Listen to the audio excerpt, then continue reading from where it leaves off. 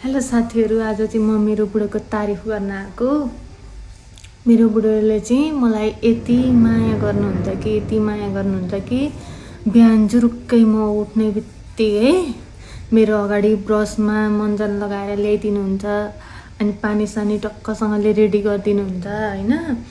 अनि त्यसपछि मैले चिया खान्छु कि कफी खान्छु कि खाजा के बनाइदिने हो अनि बनाएर टक्कसँगले बेडमै ल्याइदिनुहुन्छ। बेडमै म उत्रिनु पनि पर्दैन। अनि त्यसपछि उहाँले ड्युटी गर्नुहुन्छ। उहाँले 8 घन्टा जति ड्युटी गर्नुहुन्छ। अनि ड्युटी गराउँदा पनि मलाई के भन्नुहुन्छ भने, बुढी तिमीले केही गर्नु पर्दैन, केही नगर्नु, म आएपछि पकाउँछु, तिमीलाई मिठो मिठो खुवाउँछु, तिमी त मेरी रानी हौ, तिमीले केही गर्नु पर्दैन भन्नुहुन्छ।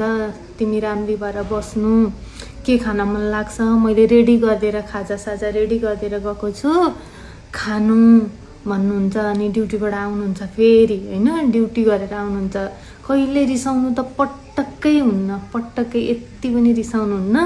झन् ठुलो बोली त मलाई गर्दै गर्नुहुन्न।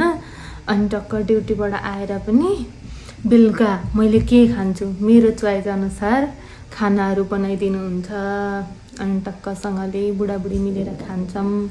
अनि मलाई हप्तामा घुमाउन लानुहुन्छ, के खान्छु त्यही खुवाउनुहुन्छ।